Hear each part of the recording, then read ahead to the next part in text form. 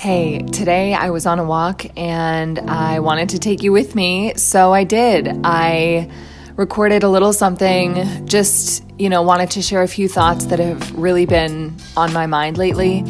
Wanted to share a little bit about why I have not posted a podcast in so long, and I wanted to share a few thoughts about what I see as the purpose of my coaching and of coaching in general, and a few ways that I think you can have a really impactful relationship with coaching. Just, again, a very rambly sort of stream of consciousness talk about a few things that have been on my mind that I wanted to share. I hope you enjoy, and I hope you have a beautiful day. Now join me in the woods on a walk during a summer rain. Hey, I am on a walk right now, as you can probably hear. I know I haven't talked to you in a long time, but there has been so much that I've wanted to say that that saying anything feels incomplete and impossible. Of course, I hope you're doing well, but again, those words, even though they're so genuine, they feel shallow to me when I say them. It feels shallow to me to know what so many of you are probably going through. And this is, of course, just based on, my assumptions, based on what other people are going through right now, what I'm going through, what the world seems to be going through, etc. It seems shallow, with all that in mind. It seems silly to tell you that I hope you're doing well, but I really do. There are probably a ton of trite things I could say about how I hope you're turning setback into opportunity, and how I hope you're, keeping healthy perspective through whatever it is you're going through. Ending with a preposition. As you can tell, I'm scattered, and I'm nervous, and I'm distracted by that nervousness. 'Cause it has become for me increasingly challenging to to offer anything, to say anything outside of sessions, like outside of when people seek me out in order to ask me for coaching or to ask me a question, something to that effect. Like, other than that, it just feels inappropriate for me to extend a hand out and offer something. Again, just because of the complexities of everything. So this is a long-winded way of saying, guess what? I've been letting my own fears about how I'm perceived affect me to the extent that I haven't published a podcast in 17 years. It feels like it's been that long. It feels like it's been 17 years. And I'm going to try to not do that. I'm going to try to not let my fear of not being able to fully and thoroughly express myself and be understood.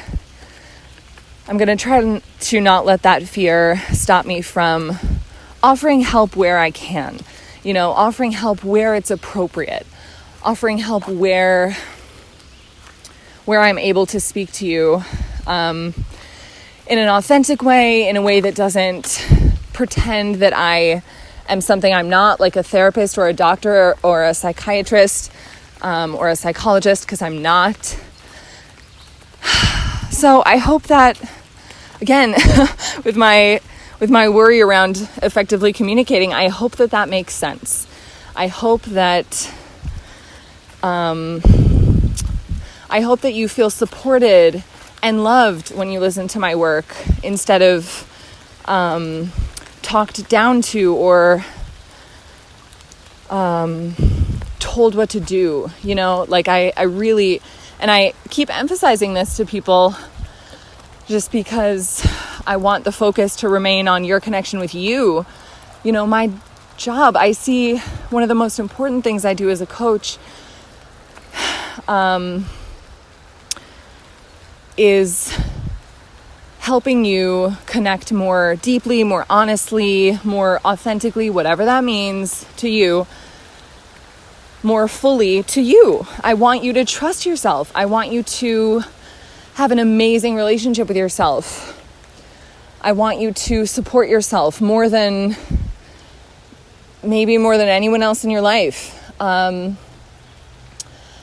want you to rely on yourself. And again, trust yourself, so the focus always needs to be, great, how does this coaching, and use this, please, with your own therapist, with your own coach, whoever you work with, whatever.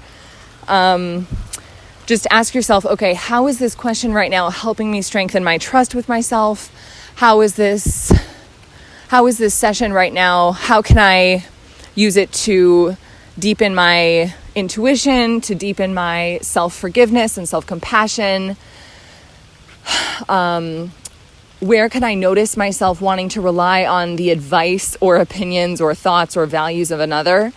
And where can I instead pull back that, call back your personal power into yourself and just say, okay, if I am going to rely on myself right now for an opinion here, or if I am going to ask myself what I want, and if I'm going to give myself permission to state clearly what it is that I want, because I do admit that I do want something, even if that's hard for you, that's what I suggest you do. That's how I suggest you approach coaching, and that's how I approach it from the coach perspective, whatever.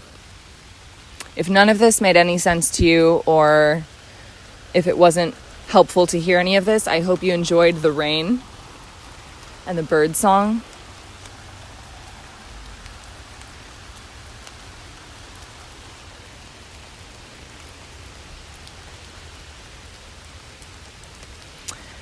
I'm going to keep walking. I love you. I really, really care about you. I hope you're doing well. And I'll talk to you soon. Bye.